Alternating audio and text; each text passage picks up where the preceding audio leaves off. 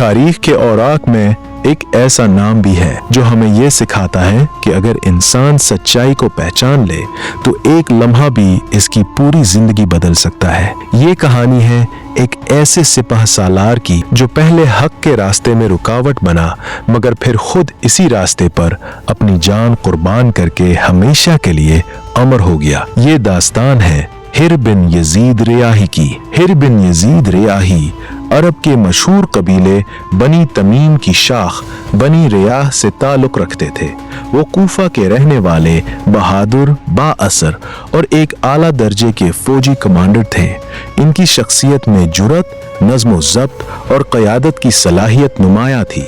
इसी वजह से जब कूफा के गवर्नर ने हुक्म दिया कि इमाम हुसैन को रोका जाए तो इस जिम्मेदारी के लिए हुर का इंतखाब किया गया। हुर तकरीबन 1000 सिपाहियों के साथ रवाना हुए और रास्ते में इनकी मुलाकात इमाम हुसैन के काफिले से हुई।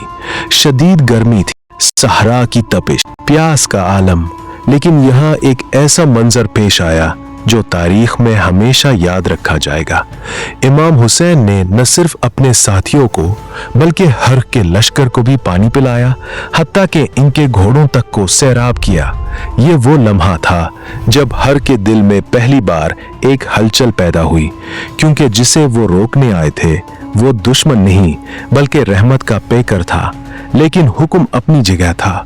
हर ने इमाम हुसैन से अर्ज किया, आपको कूफा जाने की इजाजत नहीं, और यूं उन्होंने इमाम का रास्ता रोक लिया। न जंग शुरू की न बदतमीजी की, मगर एक खामोश मजबूरी इनके चेहरे पर साफ नजर आ रही थी। फिर वो वक्त आया जब इमाम हुसैन को एक वीरान मैदान में रोक दिया गया। यही मैदान बाद में करबला कहलाया। दिन गुजरते गए, पानी बंद कर दिया गया, खैमों में बच्चे प्यास से तड़पने लगे। हर ये सब देख रहे थे। इनके सामने हक वाज़ेह हो रहा था, मगर वो अभी भी एक फैसला ना कर पा रहे थे। 9 मुहर्रम की रात गुजरी, खामोशी थी, मगर हर के दिल में एक तूफान बरपा था। और फिर 10 मुहर्रम की सुबह आई, आशूरा का दिन। हर अपने लश्कर में खड़े थे, मगर उनका दिल अब लश्कर में नहीं था। हर के जिस्म पर कपकपी तारी थी। वो बार बार अपने घोड़े को आगे पीछे कर रहे थे। उनकी एक साथी ने हैरान होकर पूछा, ए हर, तुम तो कूफा के बहादुर तरीन सिपाह सालार हो, आज तुम्हें क्या हो गया है? हर ने आहिस्ता आवाज में जवाब दिया, मैं खुद को जन्नत और जहन्नम के दरमियान खड़ा देख रहा हूं, और खुदा की कसम मैं जन्नत को किसी चीज पर तरजीह नहीं दे सकता, चाहे मुझे टुकड़े टुकड़े ही क्यों न कर दिया जाए। ये वो लम्हा था जब तारीख ने एक अजीम फैसला देखा। हर ने अपने घोड़े का रुख मोड़ा और तेजी से इमाम हुसैन के खेमों की तरफ बढ़ने लगे। दिल में नदामत, आंखों में आंसू, जिस्म पर लर्जिश। वो इमाम हुसैन के खेमे के करीब पहुंचे, घोड़े से उतरे और शर्मिंदगी से सिर झुकाकर अर्ज किया, या इब्ने रसूल अल्लाह, मैं वही हूं जिसने आपका रास्ता रोका। मैं वही हूं जिसने आपको उस मैदान में आने पर मजबूर किया। क्या मेरी तौबा कबूल हो सकती है? इमाम हुसैन ने फौरन फरमाया, सर उठाओ हर, अल्लाह ने तुम्हारी तौबा कबूल कर ली।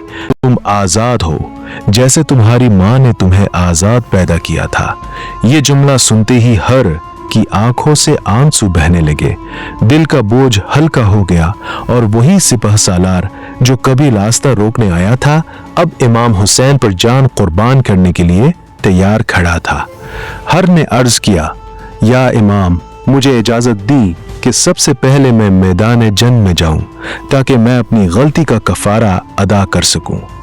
इमाम हुसैन ने इजाजत अता फरमाई।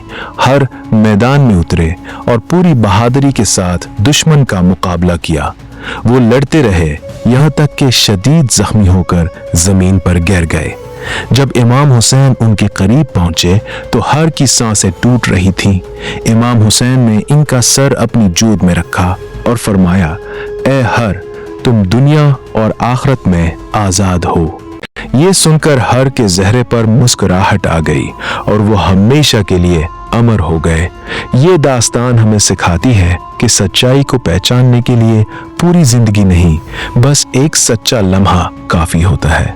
हर बिन यजीद रियाही कयामत तक तौबा, हिम्मत और हक की तरफ लौट आने की सबसे खूबसूरत मिसाल रहेंगे।